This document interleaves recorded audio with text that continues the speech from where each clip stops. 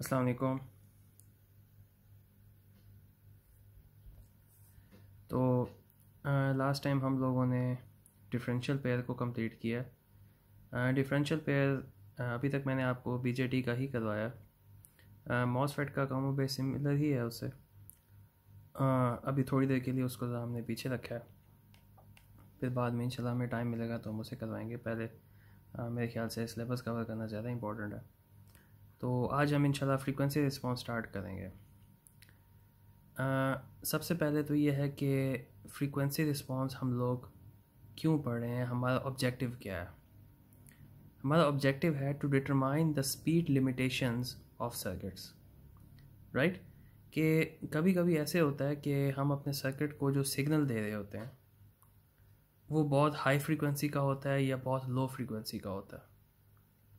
तो आपका सिग्नल कैसे रिस्पॉन्स करेगा, ये चीज़ हम लोग स्टडी करना चाह रहे हैं। यही हमारा ऑब्जेक्टिव है इस टॉपिक का। तो आज बस हम कुछ बेसिक्स पढ़ेंगे इसकी। अगले लेक्चर से फिर इंशाल्लाह इसको एक्सक्यूज़ मी डिटेल में देखना शुरू करते हैं।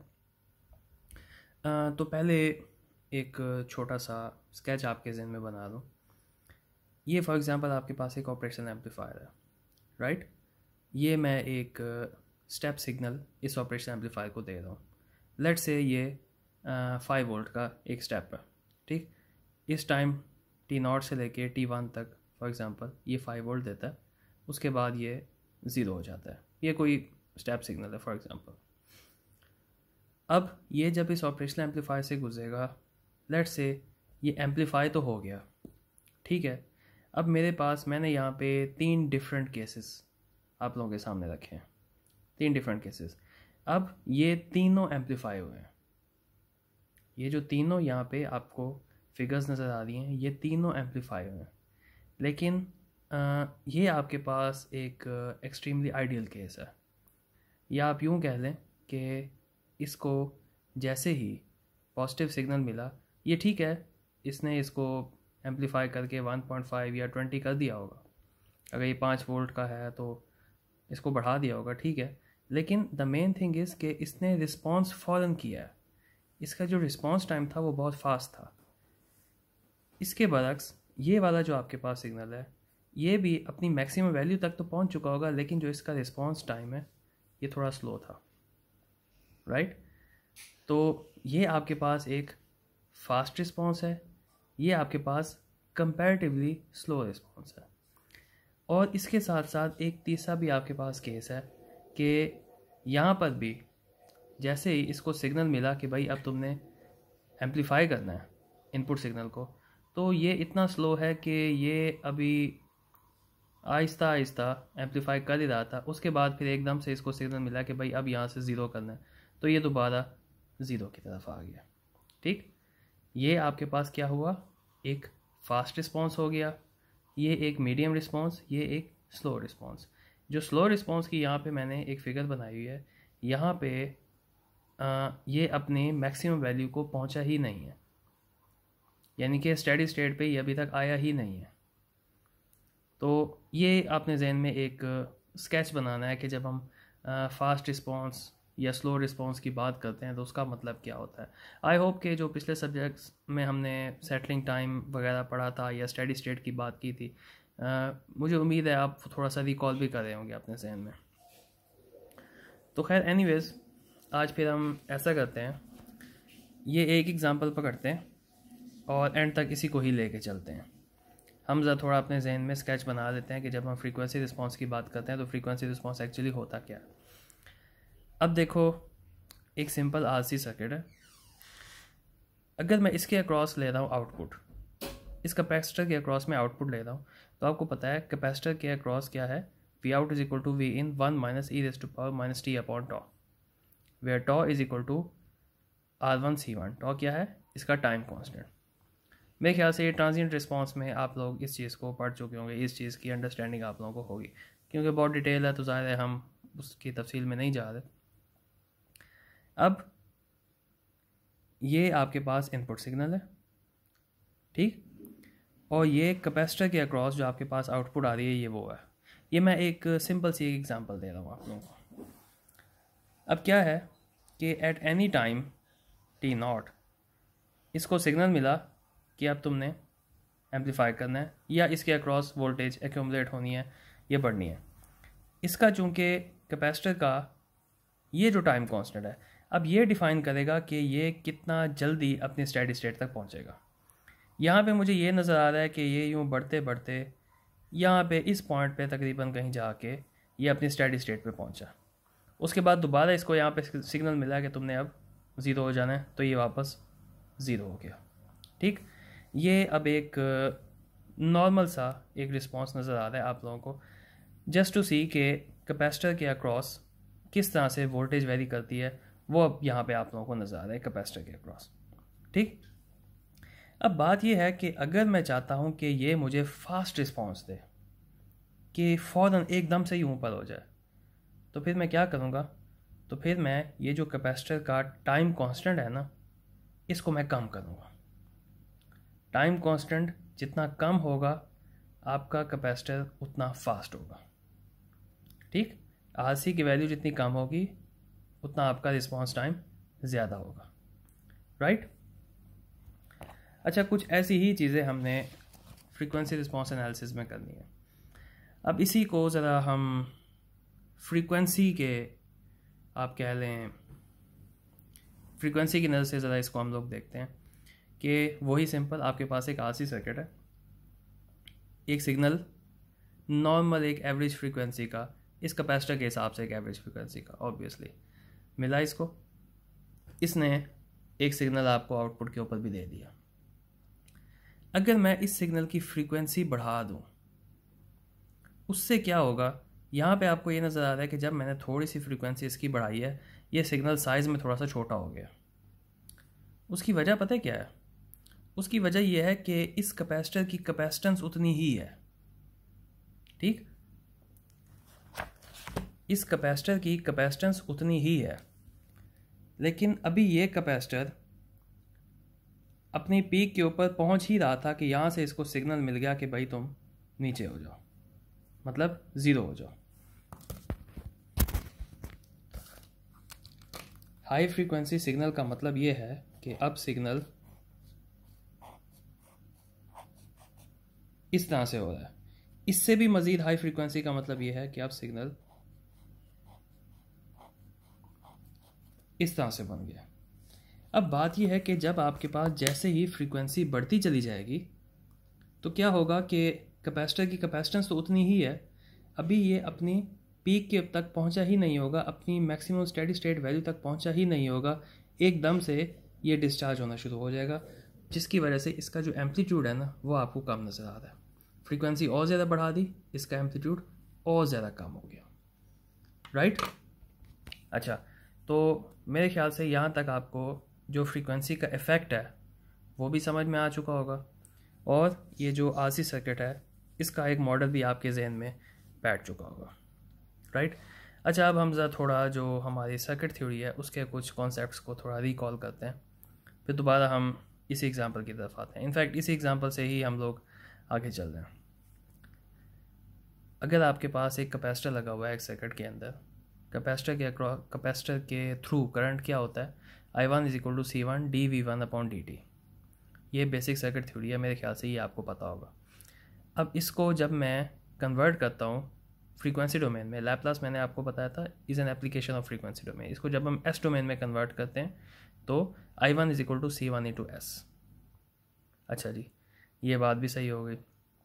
मैंने पिछले सब्जेक्ट में आपको बताया था कि हम लोग फ्रीक्वेंसी डोमेन की तरफ क्यों जाते हैं, क्योंकि फ्रीक्वेंसी डोमेन हमारी जो कैलकुलेशंस है ना उसको बहुत ज़्यादा आसान कर देती है। ठीक, आज हम लोग इसका एक दूसरा फ़ायदा पढ़ रहे हैं। वो क्या है कि हम स्पीड लिमिटेशंस को जज कर सकते हैं with the help of frequency domain. ठीक, कैलकुलेशंस का आसान होना भी आपको समझ में आएगा, और स्पीड लिमिटेशंस तो इंशाल्लाह हम इसमें चलते ही जाएंगे आगे। तो खैर, अब मैं क्या कर रहा हूँ, मुझे ये समझ में आ गया कि current through the capacitor = C dVc/dt। ठीक है। अच्छा, अगर मैं यहाँ पे एक रजिस्टर लगा दूँ, यहाँ पर मैंने एक रजिस्टर लगा दिया, और मुझे ये भी पता है कि इस पूरे सर्किट में से जो करंट गुजरा है वो है I1। ठीक, यानी कि इस रजिस्टर में से भी I1 गुजरा है। तो क्या है, सिंपल KVL लगाओ, V1 is equal to this plus this, voltage across this plus voltage across this. इसके अक्रॉस वोल्टेज क्या है मेरे पास, R1 इंटू I1। इसके अक्रॉस वोल्टेज क्या है, यहाँ से V1 अलग करो, 1/C integral of I1 into dt। ठीक, इसको जब मैं लैप्लास में कन्वर्ट करूँगा तो मेरे पास कुछ इस तरह से आ जाएगा। आपको पता है डेरिवेटिव का लैप्लास s, इंटेग्रल का लैप्लास 1/s। लैप्लास क्यों, हम लोग फ्रीक्वेंसी डोमेन की बात करें, और Laplace is an application of frequency domain. Okay, अच्छा, अब आपको ये चीज़ भी पता है, अगर आपने डिफरेंशियल इक्वेशंस पढ़ी हो, डिफरेंशियल इक्वेशंस को सॉल्व करना बहुत डिफ़िकल्ट होता है। अलजेब्रिक इक्वेशंस को सॉल्व करना बहुत आसान, स्ट्रेट फॉरवर्ड, सिंपल होता है। तो जो लास्ट टाइम हम लोग बात कर रहे थे पिछले सब्जेक्ट में कि फ्रीक्वेंसी रिस्पॉन्स का हमें फ़ायदा क्या है, हमारी कैलकुलेशंस बहुत ज़्यादा आसान हो जाती हैं, हमें बड़ा आसानी से यहाँ पे नज़र भी आ रहा है वो चीज़। अच्छा, हम ज़रा इसी अपनी ही एग्ज़ाम्पल की तरफ आएँ। यहाँ पे जो I1 है, अगर मैं इसकी जगह ये लगा दूँ तो फिर क्या होगा। I1 आपको पता है, अभी हमने पीछे बात की, इसी के अक्रॉस में आउटपुट ले रहा हूँ V आउट, और मैं ज़रा थोड़ी सा अब ज़रा ट्रांसफर फंक्शन इसका निकाल के देख लेता हूँ, राइट। तो V in is equal to this, यहाँ पे I1 था, I1 की जगह ये वैल्यू आ गई मेरी। ठीक, कन्वर्ट करो इसको लैप्लास के अंदर, तो यहाँ पे सिंपली ऐसा आ जाएगा। तो अब मैं overall V out upon V इन यहाँ पे कैलकुलेट कर रहा हूँ। V आउट और V इन आपके पास क्या था, ट्रांसफर फंक्शन, तो मेरे पास ये आ जाएगा ट्रांसफर फंक्शन, इसको मैं कह रहा हूँ अब H of S। Okay, so far so good. अच्छा, अब मेरी इंटेंशन ये है कि मैं इस ट्रांसफ़र फंक्शन का मैग्नीट्यूड फाइंड करना चाह रहा हूँ। ठीक, at different frequencies on imaginary axis, somehow मैं कुछ ऐसा बनाना चाह रहा हूँ। इसका मतलब ये है कि यहाँ पे जो S है, इसकी जगह पे मैं डाल दूंगा j ओमेगा। ओके, S की जगह पे क्या डाल दूंगा, j ओमेगा। जब S की जगह पे मैं j ओमेगा डाल दूंगा तो मेरा जो ट्रांसफर फंक्शन है h इंटू एस था पहले, अब h इंटू j ओमेगा बन गया, तो ये कुछ इस तरह से बन जाएगा। ठीक, अब ज़रा दोबारा से वही बेसिक हमारा जो कार्टेशियन प्लेन है, इसको ज़रा अब हम लोग समझते हैं कि एक जो कॉम्प्लेक्स नंबर था आपके पास a प्लस जे बी, इसको कार्टेशियन प्लेन के ऊपर कुछ इस तरह से रिप्रेजेंट किया जाता था। ये जो पॉइंट है, कोई भी पॉइंट है, इसका जो मैग्नीट्यूड है वो है a square plus b square. अगर a है आपके पास x एक्सिस के अक्रॉस, b है आपके पास y एक्सिस के अक्रॉस। इसी तरह इसका जो फेज एंगल होता है वो है tan inverse b upon a। tan inverse आपको पता है, they paint black perpendicular upon base. तो इस तरह से आप लोग एक पॉइंट का मैग्नीट्यूड ऑफ फेज एंगल निकाल सकते हैं। मैंने अभी आपको बताया मैं किस चीज़ में इंटरेस्टेड हूँ, इस ट्रांसफर फंक्शन के मैग्नीट्यूड में इंटरेस्टेड हूँ।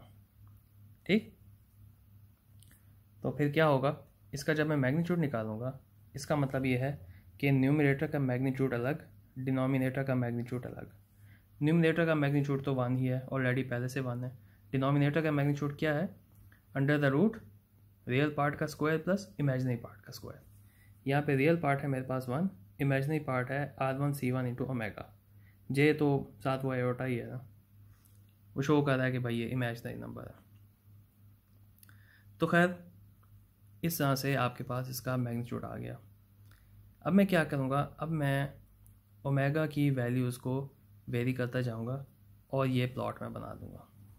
ठीक, वंस अगेन मैं क्या चाह रहा हूँ, मैं मैग्नीट्यूड देखना चाह रहा हूँ ट्रांसफर फंक्शन का एट डिफरेंट फ्रीक्वेंसीज। ओके, तो ओमेगा जब मेरे पास था 0, जब इधर मैं ओमेगा 0 लगाता था तो ये पूरे का पूरा जो मेरा फैक्टर है ना, ये 0 हो जाएगा, तो ये 1 ही रह जाएगा यहाँ पे। तो इधर मैग्नीट्यूड मेरे पास हो जाएगा 1। जैसे ही ओमेगा बढ़ता चला जाएगा, ये वाला जो डिनोमिनेटर है ये एक बड़ा नंबर बनता जाएगा। तो 1 डिवाइडेड बाय सम बड़ा नंबर, ये 1 से मुसलसल छोटा ही होता चला जाएगा, अनटिल कि ओमेगा की जगह पे मैं इन्फिनिटी लगा दूँ। जब यहाँ ओमेगा की जगह इन्फिनिटी आ जाएगा ना, तो 1/इन्फिनिटी आपके पास 0 हो जाएगा। तो ये वन वे और दी अदर किसी ना किसी फ्रीक्वेंसी के ऊपर जाके ये 0 हो ही जाएगा, राइट। तो मेरे पास जो एक आरसी सर्किट था, उस आरसी सर्किट का जो मेरा फ्रीक्वेंसी रिस्पॉन्स है वो कुछ इस तरह से बन गया। ओके, आरसी सर्किट के ट्रांसफ़र फंक्शन का ये फ्रीक्वेंसी रिस्पॉन्स है। अच्छा, इस एग्जांपल के अंदर आपने ये देखा होगा यहाँ पे नेगेटिव फ्रीक्वेंसीज़ को डील में नहीं कर रहा, क्योंकि ये एग्जांपल कुछ इस नौयत की है कि आपके डिनोमिनेटर में अंडर द रूट है और अंडर रूट का आंसर स्क्वायर रूट का आपके पास हमेशा पॉजिटिव ही आता है। चलो एनीवेज, तो ज़रा समरी, फ्रीक्वेंसी रिस्पॉन्स किस तरह कंप्यूट किया जाता है।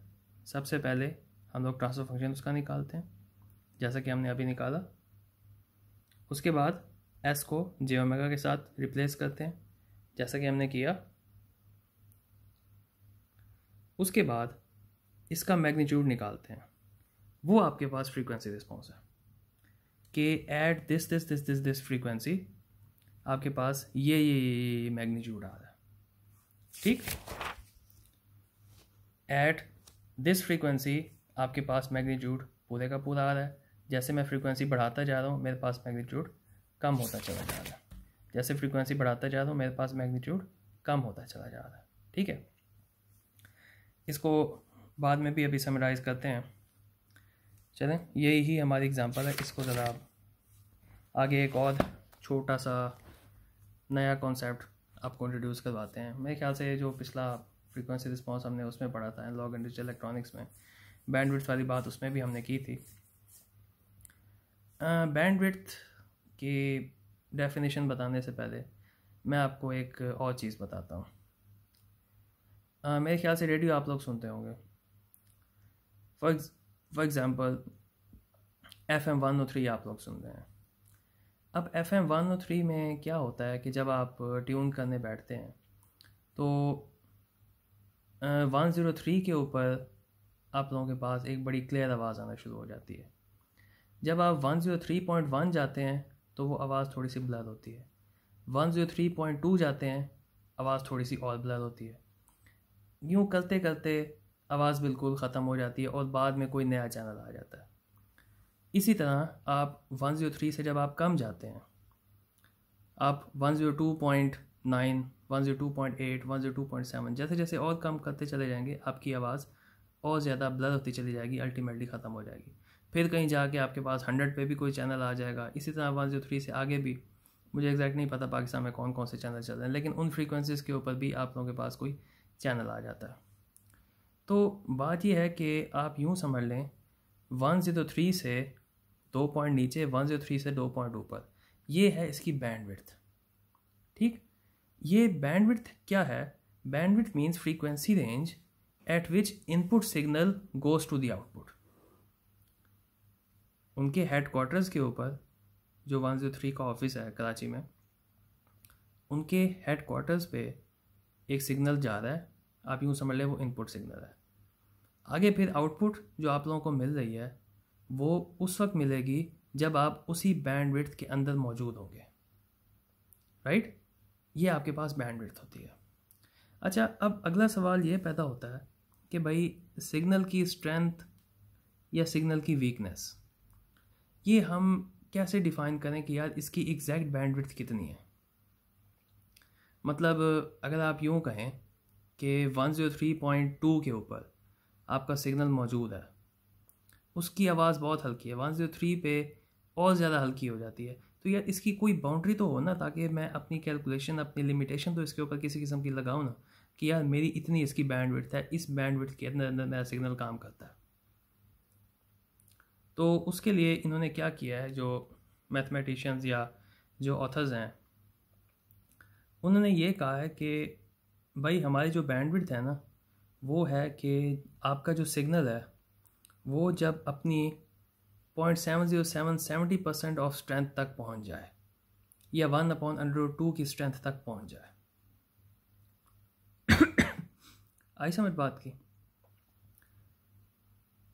सिंपल सी बात है कि अगर पहले सिग्नल का मैग्नीट्यूड था 1, फॉर एग्जांपल 103, इधर सिग्नल का मैग्नीट्यूड था 1, उसके ऊपर जितनी भी वोल्टेज बन रही थी, लेट से 1 वोल्ट उसके ऊपर बन रही थी, जब वो अपने 70% को पहुंच जाएगा, उसके बाद मैं कहूँगा कि अब इसका मैग्नीट्यूड जो है ना ये और कम हो रहा है, ये अब मेरे इस्तेमाल का नहीं है, मैं इसको यूज़ नहीं करूँगा। मेरी जो बैंडविड्थ है ना सिग्नल की, वो उसी वक्त तक ही है जब ये मेरे पास 0.707 ऑफ द ओरिजिनल मैग्नीट्यूड, यानी कि फॉर एग्ज़ाम्पल मैं तो खैर बड़ा ओवररेटेड बात कर रहा हूँ, 103 जो इसका था FM 103, मस्त FM 103 उसको कहते हैं बाय द वे, तो मस्त FM 103 के ऊपर इसका जो मैग्नीट्यूड था आपके जो सिग्नल की स्ट्रेंथ का, वो था 100 मिली वोल्ट्स। जब ये 70 मिली वोल्ट्स पे आएगा, ये मेरी बैंडविड्थ में मौजूद होगा, 71, 72, 73 या 81, 82, 83 मेरी बैंडविड्थ में मौजूद है, 69 मेरी बैंडविड्थ में मौजूद नहीं है। तो मैंने एक अपनी लिमिट बनाई है। ओके, अच्छा ये तो हो गई ना मैग्नीट्यूड की हद तक। जब इसी ग्राफ में उस मैग्नीट्यूड को मैं ट्रेस करता हूँ कि भाई ये मैग्नीट्यूड मेरा कौन सी फ्रीक्वेंसी पे आता है, तो ये मेरे पास इस एग्जांपल में 1/R1C1 के ऊपर आता है। मतलब ये है कि इसमें जब मैं मैग्नीट्यूड की जगह डाल दूंगा 0.707, ये 3 डेसिबल बनता है, मतलब 0.707 को आप -20 लॉग करेंगे, डेसिबल में कन्वर्ट करेंगे, तो ये आपके पास 3 डेसिबल बनेगा। और यहाँ से अगर आप ओमेगा निकालें तो ये जो फ्रीक्वेंसी आपके पास आती है ना, ये 1/R1C1 आती है। ठीक, तो लॉन्ग स्टोरी शॉर्ट, ये आपकी फिर बैंडविड्थ होगी। तो जब भी हम कमिंग लेक्चर्स में बैंडविड्थ की बात करेंगे तो आपके जहन में ये होना चाहिए कि बैंडविड्थ एक्चुअली है क्या। एक हाइपोथेटिकल टर्म हमने यूज़ किया कि जब सिग्नल अपने मैग्नीट्यूड का 1/√2 पार्ट खो जाए, ठीक, वो आपकी बैंडविड्थ में शुमार नहीं होता। इससे पहले पहले आपके जो सिग्नल की जो मैग्नीट्यूड है वो आपकी बैंडविड्थ है। Bandwidth is a frequency.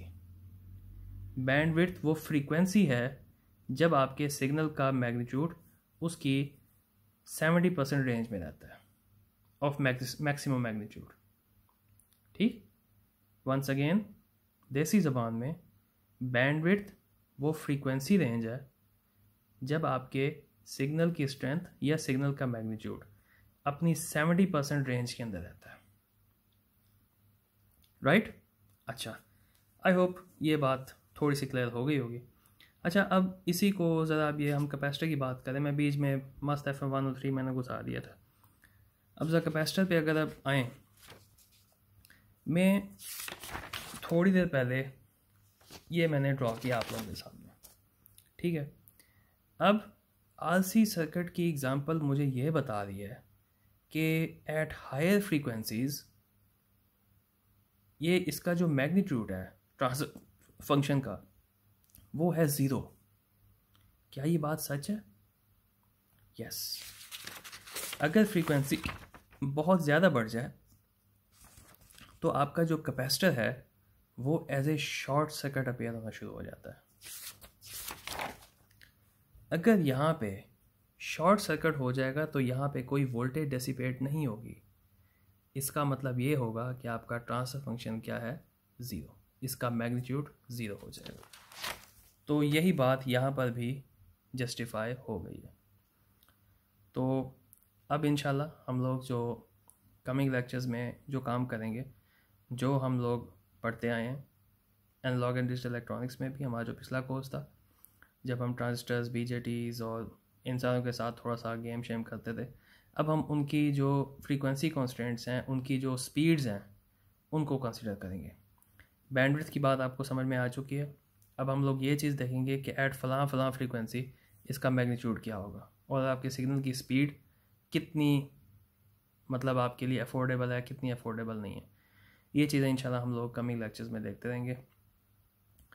तो आज के लिए इतना काफ़ी है।